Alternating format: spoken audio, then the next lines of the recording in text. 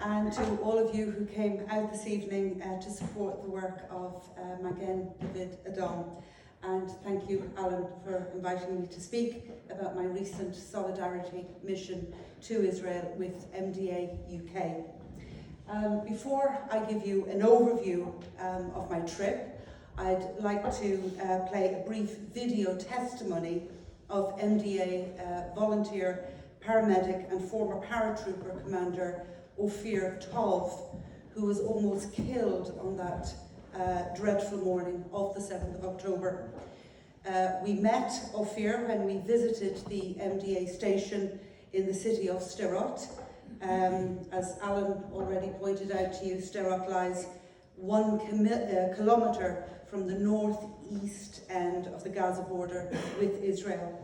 Its residents are well used to rocket fire and to rocket alerts, and they have literally 15 seconds to run for their lives, as we've just heard. Nobody, however, was prepared for the dreadful events of that morning of the 7th of October. So, Michael, if you'd like to play Ophir's story, please. Thank you. It's very emotional, so be prepared. Ophir, describe to me the moment of the 7th word. I'm a volunteer at Maya in Sderot. I was on my way to morning shift. Describe to me As I was driving my cup of coffee, I was volunteering on Maya in Sderot on my way to morning shift. As I was driving my cup of coffee on one hand, and I heard some explosive rockets or something of that nature. לשבע, ואנחנו במשדר חדשות מיוחד בעקבות מטח טילים ורקטות שנורה לשטח ישראל. Listen, I hear gunshots. That's not typical to hear gunshots. Is this the supermarket? Yeah, that's the supermarket. I'll take you right to where it happened. I was driving along here, stopping just before the roundabout. Yeah. I saw several people, men, and all of a sudden the guy turns to me and started shooting at me. So my best option was to run to the corner, break the line of fire. As I was running, I see a car from over there, so I waved him to escape.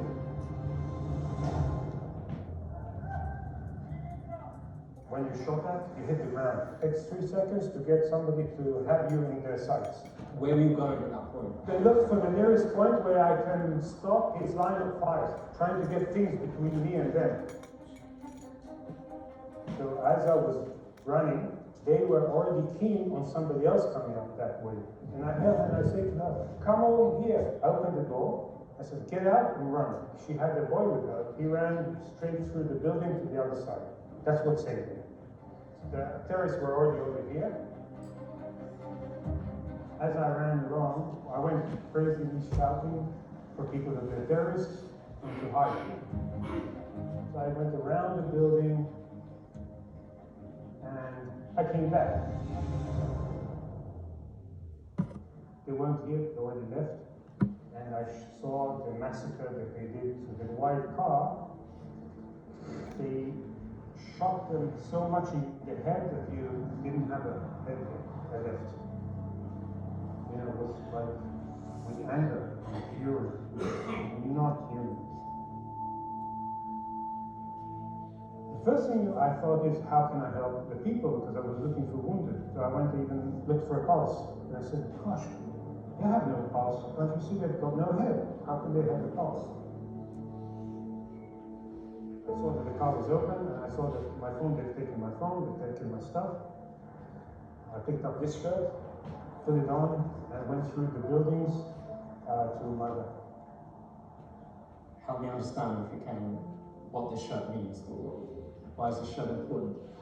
Well, I've got still a shift to do, don't I? During the course of that day and the subsequent day, what did this building become for people? This was like the headquarters of everything. As the day progressed, this became the center of the work in a sense.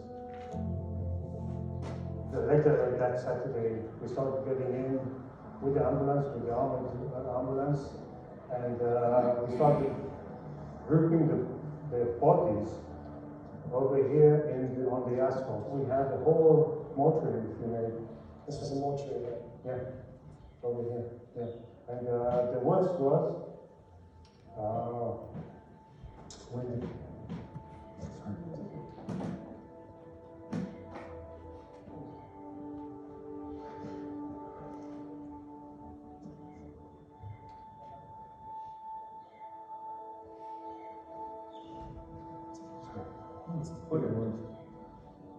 we brought in the bodies of the paratroopers.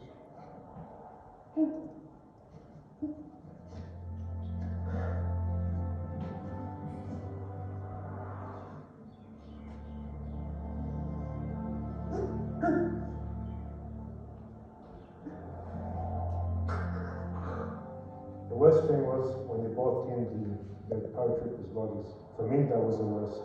It was like my kids. I didn't see their faces, I couldn't.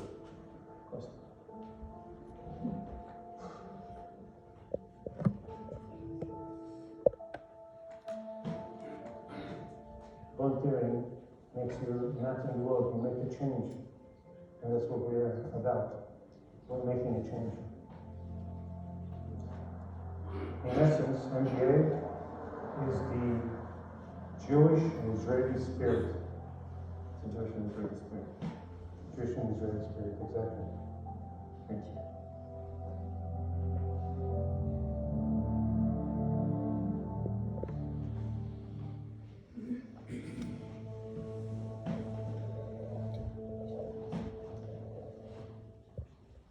So, very emotional video of your talk. Before I departed for Israel, I sent out an email to the supporters of the Ireland-Israel Alliance, inviting them to send messages of support to the MDA teams and to the soldiers. I gave them to Ophir here, who you saw in the video. He was very moved and very grateful to know that there are people here in Ireland who genuinely care and who are praying for their safety. I hope Ophir can visit us soon in Dublin. I know he would like to do so. He knows quite a bit about Ireland because he lived in the UK for many years before he made Aliyah. So our solidarity mission took place between the 3rd to the 7th of March. It was 4 full days of touring and meetings. It was obviously very different to any trip I'd ever made to Israel in over 20 years of visiting the land. This was very much a journey of impact and reconnection following those dreadful events of the 7th of October and its continuing aftermath. I was in Israel on the morning of the 7th of October for the festival of Sukkot, and I felt very strongly that I needed to return to stand in solidarity with the people of Israel. So our group was about 30 in total, mainly Jewish people from the UK, but also a number of Christians, including myself. The schedule, as I said, it was hectic and at times deeply traumatic as we met and listened to personal testimonies from paramedics, soldiers, residents of the kibbutzim, relatives of the hostages and others. I have to say we were exceptionally well looked after by the MDA UK team while we were in Israel. We were also very well protected. As we were situated so close to the Gaza border, it was necessary for our tour guides to carry concealed weapons, and we also had a paramedic on board. MDA also provided us with hotspot medical insurance, which covered things like emergency medical repatriation. So basically everybody had peace of mind, and especially so for our families back home. Thankfully, we didn't have any problems and we all got home safe and sound. We were based at the El Conan Hotel in Tel Aviv, a small but beautiful hotel which still retains some of the original features from when it first opened as a hotel in 1913. It was in fact the very first hotel to open in Tel Aviv.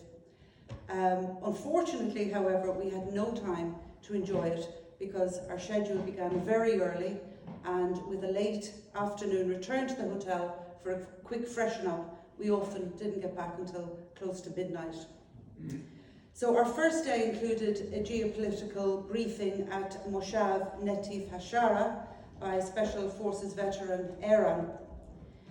The Moshav was established in 1973, and it is literally meters from the border fence at the north end of the Gaza Strip, and it was one of the first communities hit by Hamas on the 7th of October.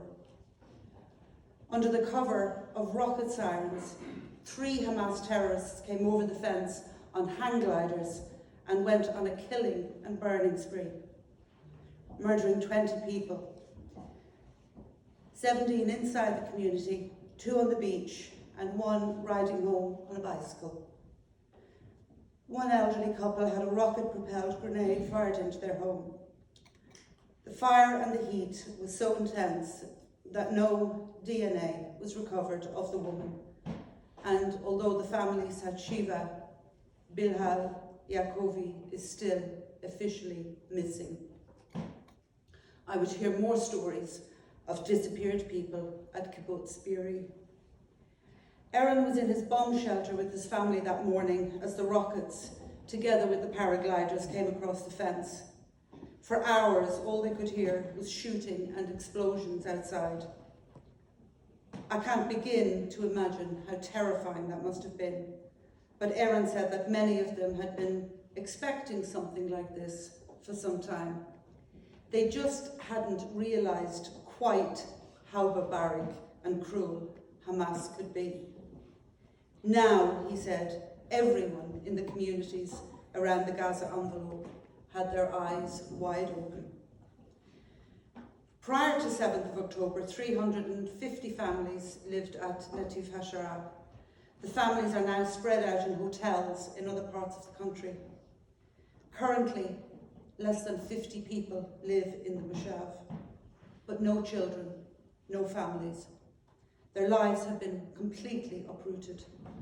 The few who have been allowed to return are trying to tidy up and to keep the place alive.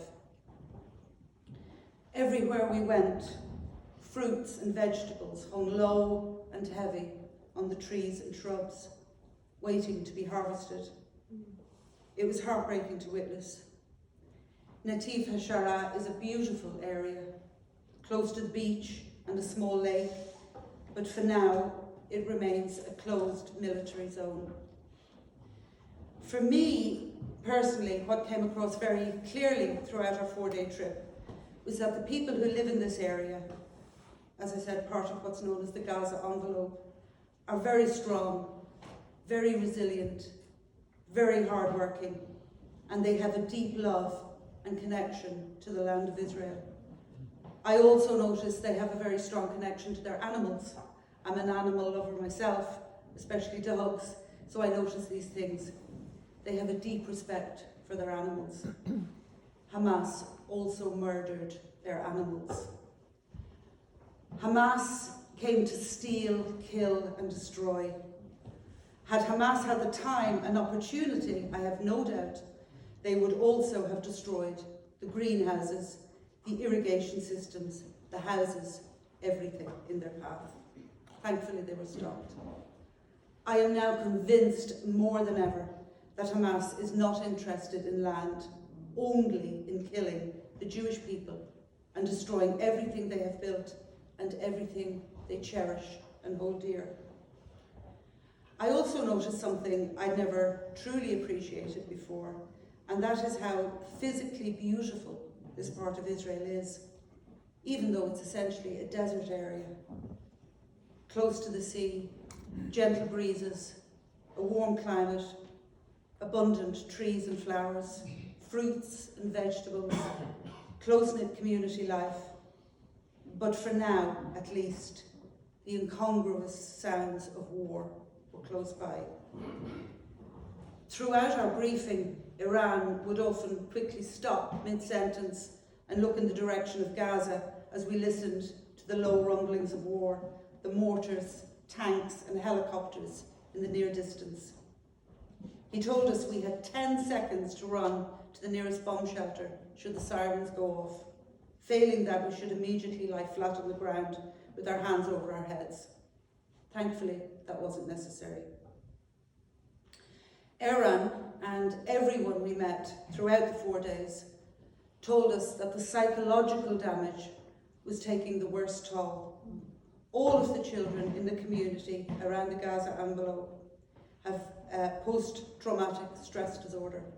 Every noise, every time a door slams, they're in a constant state of alertness.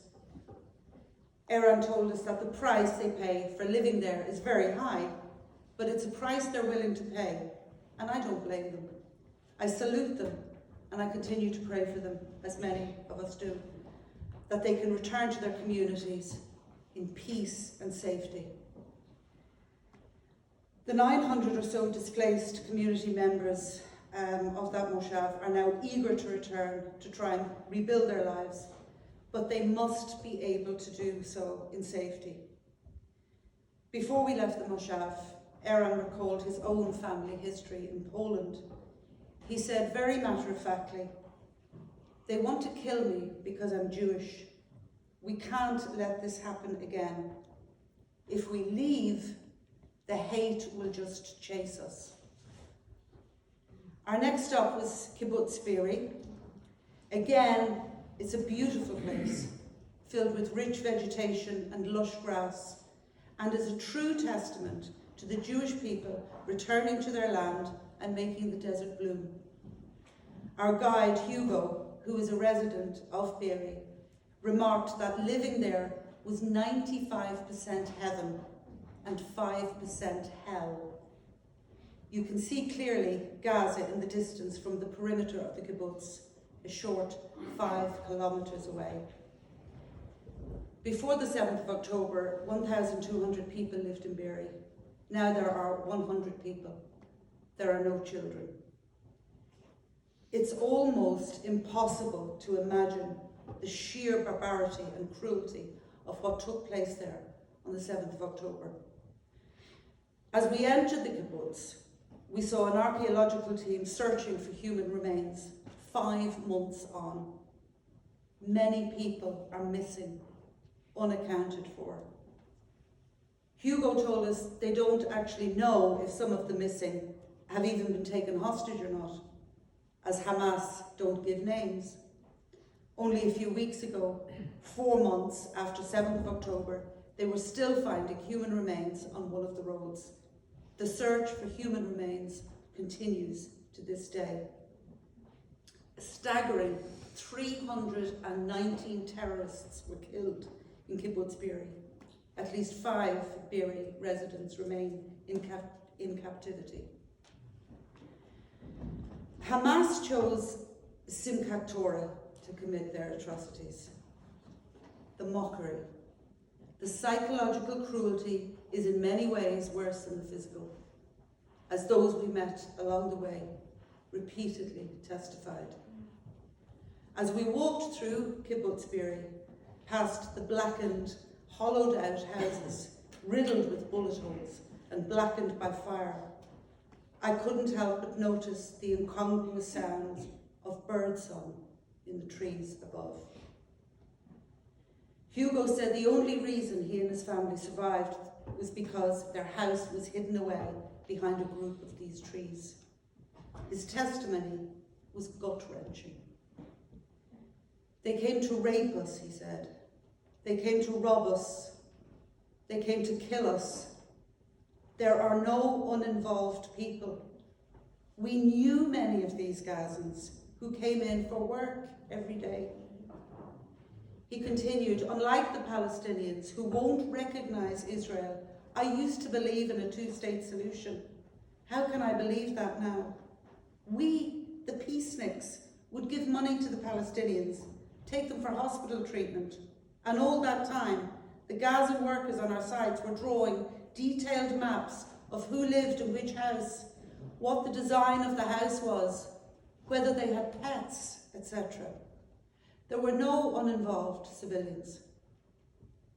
There were Palestinian moms watching Netflix in our living rooms while wives and kids were being raped next door.